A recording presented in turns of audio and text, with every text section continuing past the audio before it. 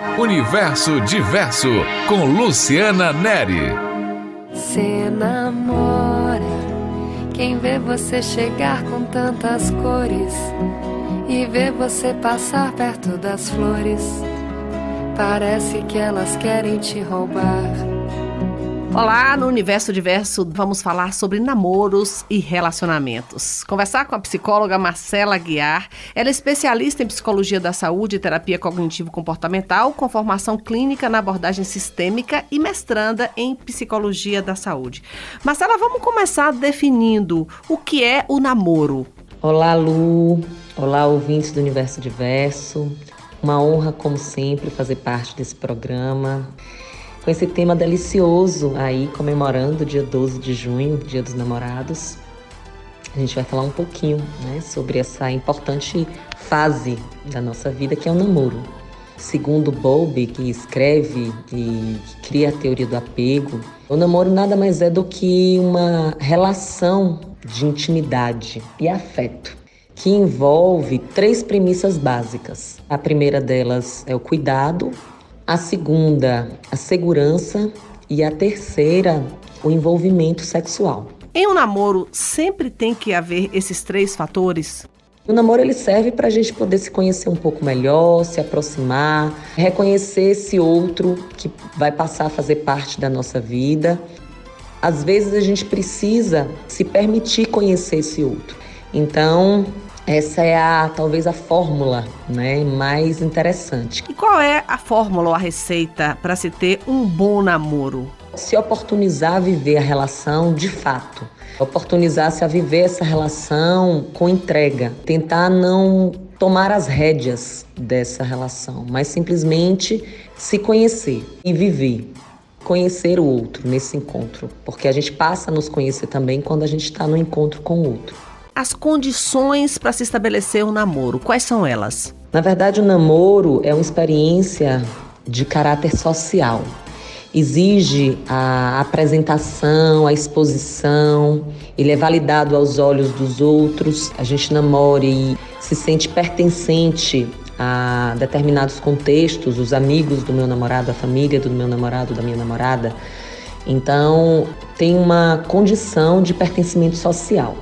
Existe algo que é extremamente importante quando a gente fala de namoro nesse contexto social, nesse momento. O que eu assisto nos meus estudos e na minha clínica é a dificuldade das pessoas hoje em assumir e chamar de namoro. E por que isso acontece, Marcela? E o que isso acarreta? Isso causa bastante insegurança para quem vive. É uma espécie de dificuldade e medo de assumir a responsabilidade pelo encontro.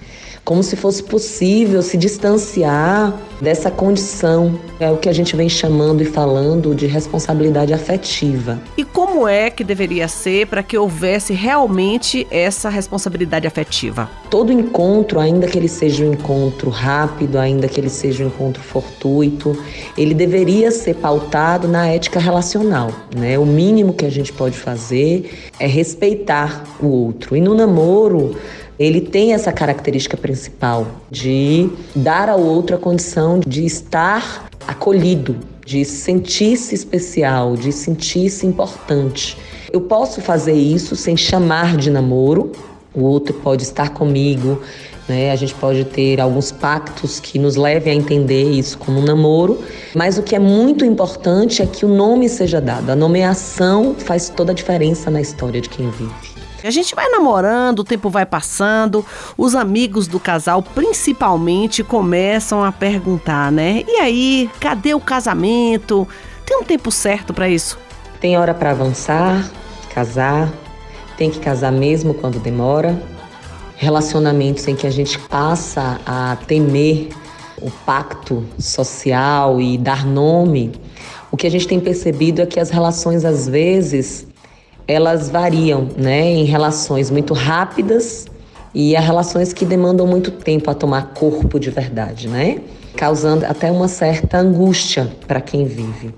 Mas não existe um tempo ideal para chamar de namoro, não existe um tempo ideal para o namoro virar casamento, não existe a obrigatoriedade de se casar. São diversos os pactos em que podem ser construídos dentro da relação, desde que essas premissas éticas estejam postas, né? E que as duas pessoas compreendam os motivos pelos quais elas estão ali.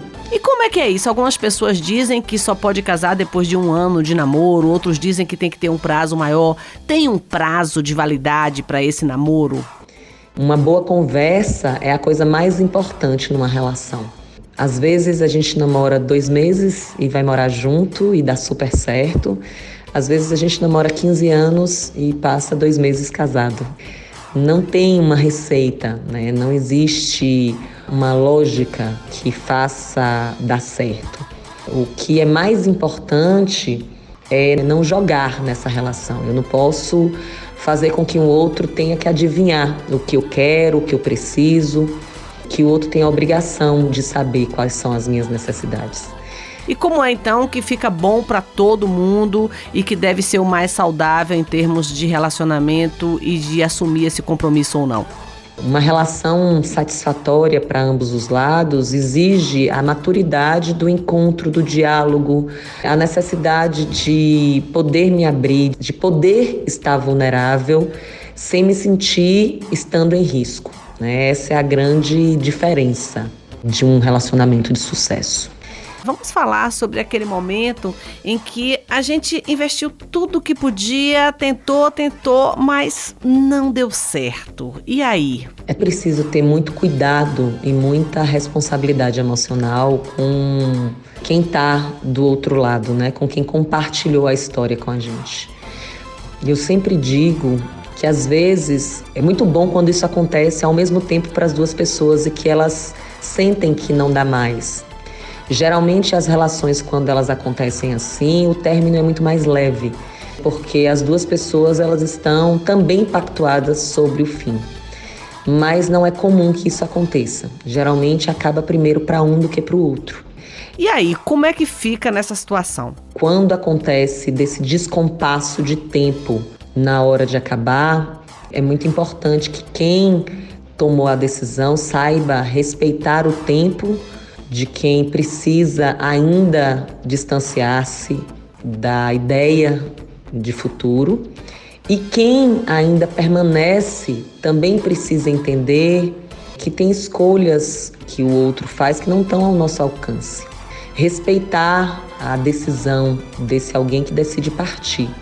Também nessa hora é importante voltar ao passado e reconhecer o porquê que começou, porquê você ficou dentro dessa relação, para que você tenha generosidade na hora de ir, né? Então, a palavra que eu deixo para quem está partindo ou para quem precisa viver um término de uma relação é generosidade e respeito. São 2 palavras importantíssimas nesse processo final. Bom, e quem não queria romper, como é que fica, né? Como lidar com esse sentimento do que faltou, o que eu não fiz? Às vezes faltaram palavras, às vezes faltou diálogo, mas às vezes não faltou nada. Às vezes a gente deu tudo que tinha e o que o outro precisava eu não tinha para dar. Reconhecer que as necessidades elas são diferentes e que às vezes a gente não tem o que o outro precisa é ter dignidade, né? É conseguir se entender e se respeitar. E como curar essa dor de amor, né? Como curar esse sentimento de força? No momento do fim, a gente também precisa parar e cuidar da gente.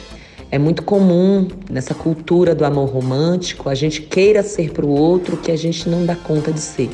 Então, se eu puder deixar aqui algumas palavras para quem está vivendo uma história como essa ou para quando se viver uma história como essa, é preciso respeitar o tempo.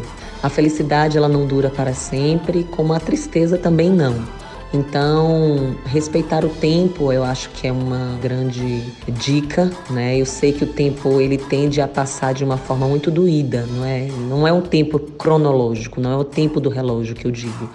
Eu digo o tempo de viver, né? O tempo de sentir. E esse tempo de sentir às vezes é um tempo que demora mesmo para o relógio. Mas quando a gente se respeita, quando a gente tem dignidade, né? A gente consegue olhar pra gente e respeitar os nossos valores. É isso que eu chamo de dignidade. Respeitar o que a gente construiu enquanto sujeito para si mesmo. Nesse se reconectar que a gente encontra as respostas para se reinventar e seguir em frente. O que fazer para dar certo um namoro? Então, Lu, para um relacionamento ser legal, para um relacionamento dar certo, né? Como investir, como fazer, né?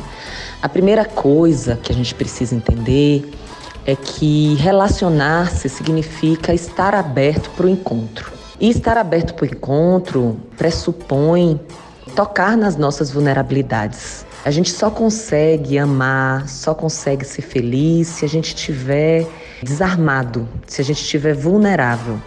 Quando eu uso a palavra vulnerável, não quer dizer que eu esteja fraco, mas significa que eu preciso estar aberto para sentir, aberto para ser tocado. E como é que é estar fechado ou obstruindo a relação?